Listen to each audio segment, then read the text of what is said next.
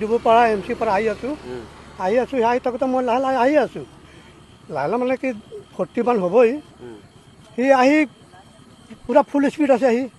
যেতিয়া মই ওচৰ অলপ পালোঁ মই এইফালে কাটিলোঁ সি একদম ৰাইট চাইডে কাটি দিলে ৰাইট চাইড কাটি মই ক'লে গ'ল আহি আৰু মই গৈ দিয়ে দিলে আৰু তেতিয়া মই জামে হৈ গ'ল লেফ্ট চাইড কাটিলোঁ কেইজন আছিলে হা আমি ড্ৰাইভাৰ লৈ 6জন আছোঁ